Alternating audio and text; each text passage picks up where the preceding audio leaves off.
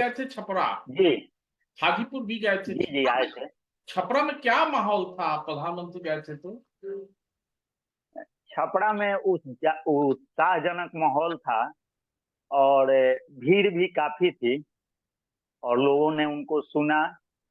वो भी काफी रूढ़ी जी की तारीफ कर रहे थे, जो भाजपा के सांसद हैं राजीव प्रताप रूढ़ी। हम्म। और यहाँ तक कहे कि राजीव का मतलब कमल होता है और आप लोग कमल खिलाइए। राजीव प्रताप रूढ़ी को जो वोट आप देंगे वो सीधे हमारे खाते में आएगा। हम्म। तो ये भाजपा प्रत्याशी के पक्ष में उन्होंने जो माहौल बनाना था, माहौल बनाया। इसके पहले भी राजनाथ सिंह जी भी आ चुके थे नॉमिनेशन के समय। हम्म। और अभी का माहौल जो है, सीधे सीधे लड़ाई की स्थिति है आरजेडी और भाजपा में। तो अब लड़ाई की स्थिति नहीं थी, लड़ाई तो थी। छपरा में तो लड़ाई होता ही, टोरी भी कह चुके हैं कि हमारा डायरेक्ट लड़ाई जो है लालू यादव से है, तो लड़ाई तो है नहीं। जी। लेकिन और वो पहले भी कर चुके हैं और हमेशा वो लालू लालू जी हों, राबड़ी जी हों, अब उनकी बेटी रोहिणी आचार्य आई हैं उनसे, तो उनकी तो लड़ाई एकदम सीधा सीधा जो है लालू परिवार से ही है, लालू से ही माना जाए, हम्म, लालू प्रसाद यादव जी के साथ ही। सवाल तो ये है कि इस लड़ाई में भारी कौन दिख रहा है, क्योंकि रूढ़ी 3 बार के सांसद रहे हैं, तो जनता में थोड़ा सा ये भी होगा कि चलो इनको तो देख ही चुका है, वो नई आई है उसको देखना है, या रूढ़ी के कामकाज से लोग संतुष्ट दिख रहे हैं। चीनी चाय वाय पिलाए कि नहीं प्रधानमंत्री जी? जैसा लालू जी आरोप लगा रहे हैं कि 10 साल से चाय पिला रहे हैं चीनी मिल का। देखिए, चीनी मिल का मुद्दा जो है, जनता ये समझ रही है कि चीनी मिल कोई मुद्दा नहीं है। कारण कि वहाँ चीनी मिल ही नहीं, मढ़ौरा में चार चार मिलें थी। चीनी मिल था, छोआ मिल था, रोलिंग मिल था और मॉर्टन मिल था। ये चारों मिल एक एक करके बंद होना, और वो भी कोई राजीव प्रताप रूढ़ी के कार्यकाल में बंद नहीं हुआ। वो 90 के दशक में लालू जी का ही जो कार्यकाल था, उसी में ये सब मिलों का बंद होना शुरू हुआ और उन्हीं के कार्यकाल में सब कुछ बंद हो गया। अच्छा तो अच्छा। अब रही बात चीनी मिल का जो मुद्दा उठाया जा रहा है, हाँ ये बात सच है कि राजीव प्रताप रूढ़ी ने एक बार प्रयास जरूर किया था चीनी मिल को चालू करवाने का, वो सक्सेस नहीं हो पाया। तो ये लालू परिवार या लालू जी के तरफ से ये कहना कि चीनी मिल, तो जनता ये समझ रही है कि चीनी मिल का कोई मुद्दा है नहीं। अगर चीनी मिल का ही मुद्दा रहता तो चार मिलें बंद हुई, रोलिंग मिल बंद हुआ, छोआ मिल बंद हुआ, जो विश्व स्तर पर प्रसिद्ध चॉकलेट की फैक्ट्री थी मॉर्टन मिल बंद हुआ। तो ये सब मिलों के बंद होने का कारण कोई तलाश नहीं रहा है, कोई जवाब नहीं दे रहा है, इसलिए जनता भी इसको नजरअंदाज कर रही है कि ये कोई मुद्दा नहीं। जैसा कि संग्राम कह रहे हैं कि ये सारी मिलें 90 के दशक में बंद होनी शुरू हो गई थी। हमने देखा है कि 2014 के पहले 10 साल तक यूपीए की भी सरकार रही है, उसके पहले वाजपेयी की सरकार रही है, लेकिन 10 साल तक इनके सरकार को भी 10 साल रहा, मोदी के सरकार को भी 10 साल हो गया। तो मतलब ना उन्होंने कुछ किया ना इन्होंने कुछ किया। एक बार भाजपा प्रत्याशी जो हैं राजीव प्रताप रूढ़ी प्रयास जरूर किए थे तो और वो दिक्कत जदयू का क्या है? शासन अ, जी। दिक्कत क्या है? दिक्कत उसमें जो प्रमोटर आए थे वही भाग खड़े हुए और कुछ कानूनी अड़चने आई, जिसकी वजह से यह जो गति नहीं पकड़ पाया। तो उन सब जमीनों का इस्तेमाल क्या हो रहा है संग्राम जी? जो चीनी मिल की जमीनें देखिए थी, चॉकलेट की जमीनें थी, जिसकी तस्वीरें आ रही हैं। जी, कुछ जमीनें तो अतिक्रमण का शिकार है। कुछ दबंग वहां के बाहुबली जो हैं, उसका जो क्वार्टर ये सब है उस पर अवैध रूप से कब्जा जमाए हुए हैं। और जो चीनी मिल का पाट पुर्जा कहें, वो चोरों के हवाले हो चुका है। अभी भी अवशेष बचे हैं चीनी मिल का, लेकिन कोई देखने वाला नहीं है। मॉर्टेन मिल वाली जो जमीन है उसको उसके मालिकों ने बेच दिया है। मालिकों ने बेच दिया, किसी और को बेच दिया, जी जी। टुकड़े टुकड़े में, या जी जी टुकड़े, ना ना टुकड़े टुकड़े में। टुकड़े टुकड़े मैंने वो सारी बातें, इतिहास की बातें हो गई हैं, मॉटन मिल, चीनी मिल और बाकी सब, तो आगे का रास्ता क्या है? प्रधानमंत्री जी भी आए और देखिए चीनी, बहुत कुछ कह के गए, लेकिन छपरा में उद्योग का रास्ता क्या है? देखिए अगर चीनी मिल चालू हो जाए नए सिरे से, अब तो वो नहीं लगता है कि पुरानी जो मशीनें हैं या पुराना जो उसका ये ये चीनी मिल का जो खाका है उसमें कुछ नया हो सकता है। अब नया निर्माण करके अगर चीनी मिल को चालू किया जाए, खोआ मिल को चालू किया जाए, तब एक गुंजाइश बनती है यहाँ के किसानों के लिए भी, यहाँ के बेरोजगार लोगों के लिए भी, कि एक रोजगार सृजन होगा। किसान जो है गन्ने का उत्पादन करेंगे, गन्ने का उत्पादन करेंगे, फैक्ट्री में बेचेंगे, और प्रत्यक्ष और अप्रत्यक्ष रोजगार सृजन होगा। प्रत्यक्ष और अप्रत्यक्ष, तो लेकिन ये सारे जी कुछ कह रहे थे आप? लेकिन ऐसा होता नहीं दिख रहा है। ऐसा होता नहीं होगा। तो नए रोजगार की जो मोदी जी जो guarantee guarantee guarantee guarantee, Modi की गारंटी, मोदी की गारंटी, तो हम लोग सुनते रहते हैं, हम ही को वोट देना, हमारे सांसद को मत देखना, हम ही तो। आखिर इसे छपरा के लोगों को हासिल क्या, जब नया कुछ हो ही नहीं रहा, तो छपरा के लोगों का हासिल क्या है? हाँ, 24,000 करोड़ के प्रोजेक्ट देख की बात कह रहे थे, उसके जरिए कुछ रोजगार लोगों को मिल रहा होगा नहीं? नहीं, देखिए इसमें एक बड़ी बात है कि 36,000 करोड़, 24,000 नहीं, 36,000 करोड़ की जो योजनाएं चल रही है, जैसे कि डबल डेकर का निर्माण हो रहा है, कई पुल पुलिया का निर्माण हो रहा है, तो उनमें उसमें स्थानीय मजदूरों की सहभागिता रहती है। लेकिन उसको ये नहीं कहेंगे कि परमानेंट रोजगार सृजन हो रहा है। इसके लिए आगे चल के यहाँ के जनप्रतिनिधियों को सोचना होगा। रूही जी एक चीज बार बार ये भी कहते हैं कि हम छपरा जिला के, चूंकि संग्राम ऊर्जे से ऊर्जे रहल तू और करीब से जाने, तो रूही जी कहते हैं कि मैं प्रगतिशील किसान हूँ। छपरा जिला के सच्चाई भी है। छपरा जिला के बड़े किसानों में से एक रूढ़ी अपने को बताते हैं, राधा मोहन सिंह जैसे कहते हैं कि मोतिहारी के बड़े किसान में से हम आए, वैसे रूढ़ी कहते हैं कि हम छपरा के बड़े किसानों में से एक हैं। क्या करते हैं, खेती किसानी, गांव में रहते हैं, क्या करते हैं रूढ़ी की, या और देखिए प्रेरित करते हो? जी। मतलब एक उनका शौक तो है ही, और वो समय समय पर, मतलब जो समय मिलता है उसमें इस शौक को भी, बागवानी का शौक हो, खेती का शौक हो, उसको पूरा वो करते हैं। और भी उनके साथ जो उनके लोग हैं खेती में मदद करते हैं। अब पिछले साल ही उन्होंने कई वैरायटी का फूलगोभी उगाया था, और काफी चर्चा थी उस फूलगोभी की, हम लोग भी खाए थे एक आध बार, मतलब उस इलाके में गए थे तो किसानी भी कर लेते हैं वो। और जो अभी स्थिति है विकास योजनाओं की, जिसको उन्होंने किया है, अभी गांव गांव तक गैस पाइपलाइन पहुंचना, ये भी एक बड़ी उपलब्धि है। एक बात हम आपको बता दें कि लालू जी के जमाने में एक बार घोषणा हुई थी कि सारण जिला को बेरोजगार मुक्त करना है, और घोषणा के बाद हर एक प्रखंड स्तर पर युवाओं से फॉर्म भरवाया गया। ये उन्हीं के कार्यकाल की बात है, लालू जी के कार्यकाल की। और वो योजना कहाँ चला गया, एक भी बेरोजगार को रोजगार नहीं मिला, और सारण जिला बेरोजगार मुक्त नहीं हुआ। हाँ, इतना जरूर हुआ कि उस समय फॉर्म खूब बिके, प्रखंड कार्यालयों में कतार खूब लगी युवाओं की।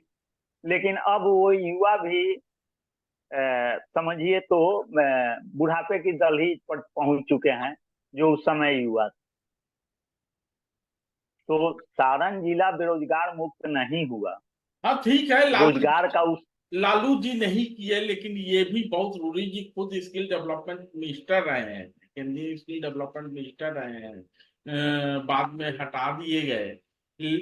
स्किल के क्षेत्र में रूढ़ी तो विजनरी है, कहते हैं विजनरी लीडरशिप है छपरा में। तो स्किल के क्षेत्र में कुछ हुआ है क्या, या मुद्रा योजना के तहत देखिए कपिया दीदी का ऐसा कुछ चल रहा हो कुछ, जिससे कि स्वयं सहायता समूह के जरिए बहुत सारा लोग दिखाते रहते हैं, रूढ़ी जी भी दिखा रहे थे कि हमारे यहाँ स्वयं सहायता समूह का बड़ा अच्छा जाल है। हाँ देख देखिए स्किल डेवलपमेंट का जो उनका कार्यकाल था काफी छोटा था, लेकिन उस समय में जितना गति पकड़ा सारण जिले में, स्किल डेवलपमेंट सेंटर खुले, अभी भी चल रहा है स्किल डेवलपमेंट सेंटर, कई जगह है, सोनपुर में है, छपरा में है, और भी प्रखंडों में है। तो ये जो है उन्होंने काम किया। दूसरा सबसे बड़ी बात है कि मुद्रा योजना, रोजगार के लिए धन चाहिए, और इसके लिए भाजपा प्रत्याशी जो राजीव प्रताप रूढ़ी जी हैं, काफी शिद्दत के साथ मुद्रा योजना को धरातल पर उतारे। अभी देखिए चुनाव के बहुत पहले ही केंद्रीय वित्त मंत्री आई थी निर्मला सीतारमण जी, उन्होंने जीविका दीदियों को आर्थिक रूप से सहयोग किया, मतलब बैंक के माध्यम से। हाँ, बैंक तो इस लिंकेज वगैरह तरीके के जरिए से होता है, बैंक जी लिंकेज जी वगैरह करा तो के होता है उनपे।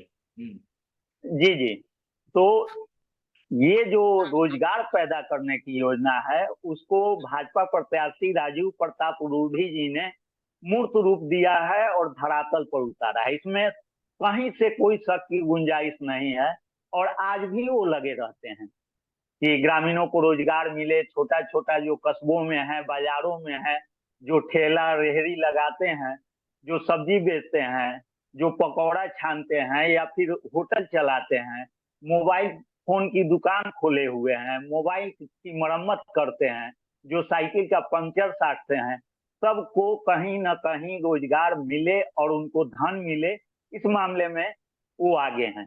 हाँ, अब तो चाउमीन वाउमीन बनाना सीख गए हैं रूढ़ी जी। पिछले चुनाव में पकौड़ा तल रहे थे, इस चुनाव में चाउमीन बनाना सीख गए। जैसा कि सुनील सिंह कह रहे थे राजद एमएलसी की, अब तो उनको पास कोई काम बचेगा नहीं। डॉक्टर रोहिणी आचार्य आ गई हैं, तो अब तो काम बचेगा नहीं, तो कुछ घर वर का भी जिम्मा संभाल लेंगे, चाउमीन वाउमीन बनाएंगे।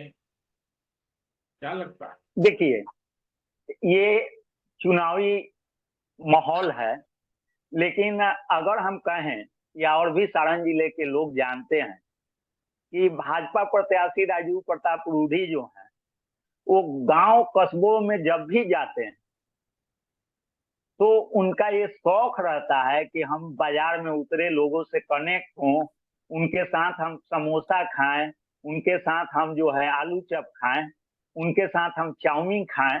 तो ये अभी नई बात नहीं है, और न ये चुनाव का माहौल देखते हुए है।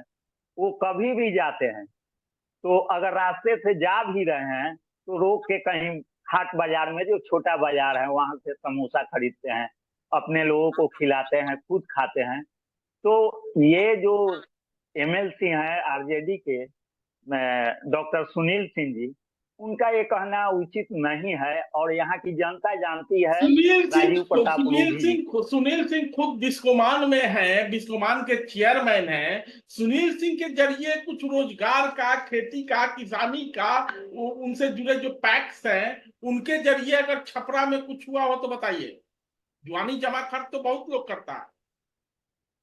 देखिए बिस्कोमान का अपना जो है काम है, और उसमें है कि जब यूरिया की किल्लत होती है या और होता है, रोजगार सृजन मतलब उनके द्वारा या बिस्कोमान के द्वारा पैक्स के माध्यम से, पैक्स का भी अपना नियम होता है, अपना कानून होता है। पैक्स पूंजी लगाती है, खाद का आवंटन लेती है, किसानों के बीच बांटती है। बिस्कोमान का भी हर एक जगह दुकान है, बिस्कोमान का गोदाम है, वो बेचता है। तो उसमें तो पहले ही से दो चार लोग रोजगार करते हैं। नहीं, ये लेकिन मेरा सवाल वो नहीं था संग्राम जी। मेरा सवाल ये था कि बिस्कोमान का सीधा लेना देना जो है ना, हमारे अन्नदाता से है, जिसको मजबूती देने की बात मोदी जी और किसानों की आमदनी को 1.5 गुना करने की बात लगातार मोदी जी कर रहे हैं। और कहते हैं कि हमने कर दिया है, थोड़ा बहुत रह गया हो, किसान सम्मान निधि वगैरह भी बढ़ता है।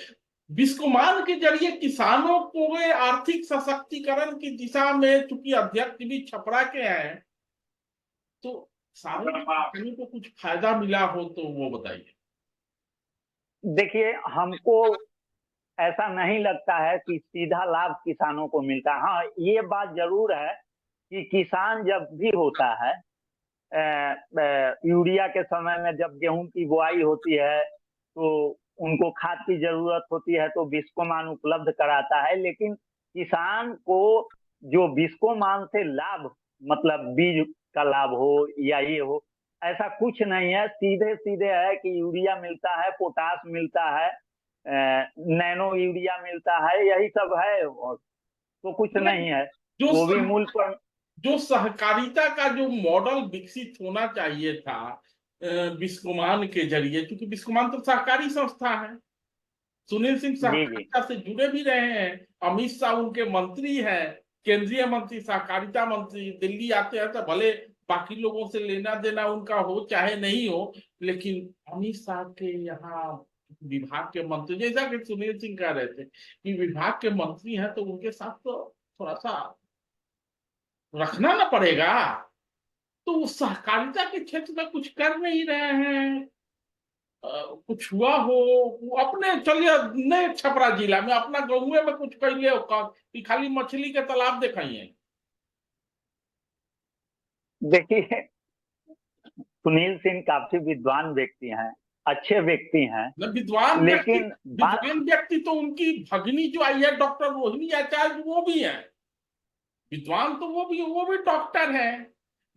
और सुनील सिंह और मगरुआ में एक साम्य भी है, सुनील सिंह को भी फोटो वोटो खिंचाने का शौक है, मगरुआ को भी है। सुनील सिंह चूंकि सक्षम व्यक्ति है तो देश के साथ विदेशों में भी जाते रहते हैं और वहां से फोटो वोटो खिंचाते हैं, सोशल मीडिया पर टिप देते हैं। दूसरा, सुनील सिंह और उनके माने भांजी जो है, जो कि छपरा की सांसद का चुनाव लड़ रही है, दोनों में एक साम्य है। सोशल मीडिया पर ये लोग निशाने पे लेते हैं, कभी साहेब को, कभी किसी और को। तो उसके अलावा भी सुनील सिंह कुछ कर रहे हैं भगनी के लिए, या पीछे पीछे घूम रहे हैं?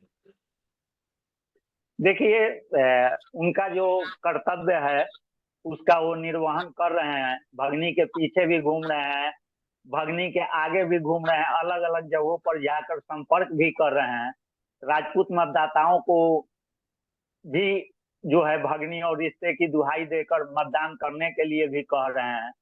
तो जो चुनाव प्रचार में होता है कैंपेनिंग, वो पूरी तरह से वो कर रहे हैं।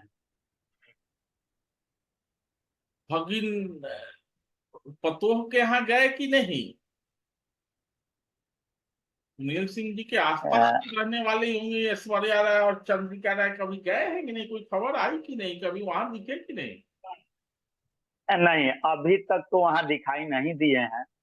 हाँ, लेकिन उस क्षेत्र में परसा के विधायक हैं छोटे लाल राय, उनके साथ वो जरूर दिखाई दिए हैं। और चंद्रिका राय जी तो खैर जदयू में हैं, और जदयू गठबंधन बीजेपी से है, तो इस नाते वो जो है बीजेपी के प्रचार में लगे हुए हैं। तो चंद्रिका राय बीजेपी के प्रचार में लग सकते हैं, छोटे लाल राय राजद के प्रचार में लग सकते हैं, लेकिन मामा का अपना कर्तव्य होता है। मामा हाजी के लिए वोट मांग रहा है, काश मामा सुनील सिंह जाके भगिन पतोह को भी देखाते, उसका हाल समाचार ले आते। ये बड़प्पन था सुनील सिंह जी, इतना तो करना ही चाहिए। अरे मान लीजिए कि सारी खुदाई एक तरफ, जीजा का सार एक तरफ, आप जाते तो कुछ माहौल बेहतर होता।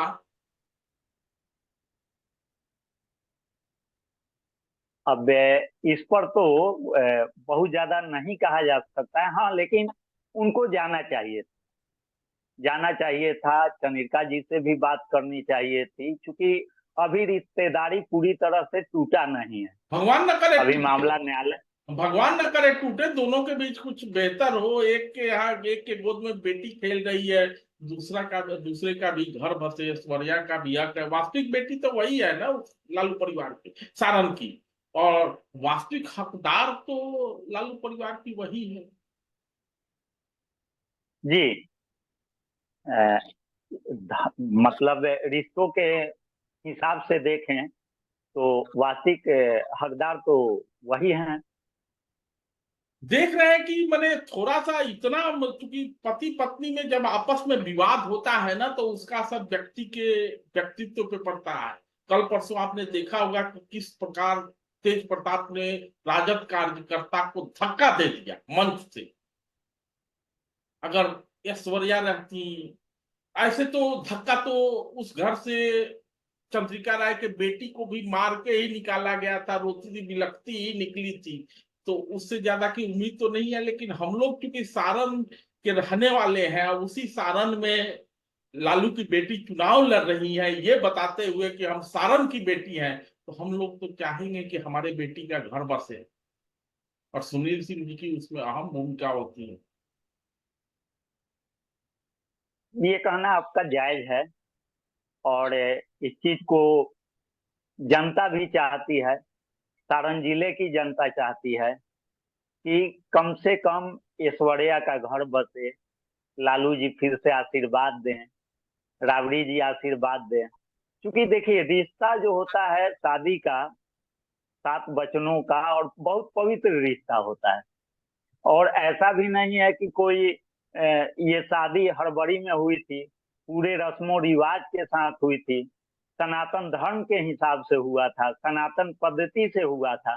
तो इसमें तो हर लोग चाहेंगे, जो बाराती थे, जो सराती थे, जो घराती थे, जो वहां का पानी पिए थे, सब कोई की इच्छा होगी कि कम से कम घर बसे। तो अब जब घर, हाँ, कुछ जी, बोलो बोलो, कुछ कहा था।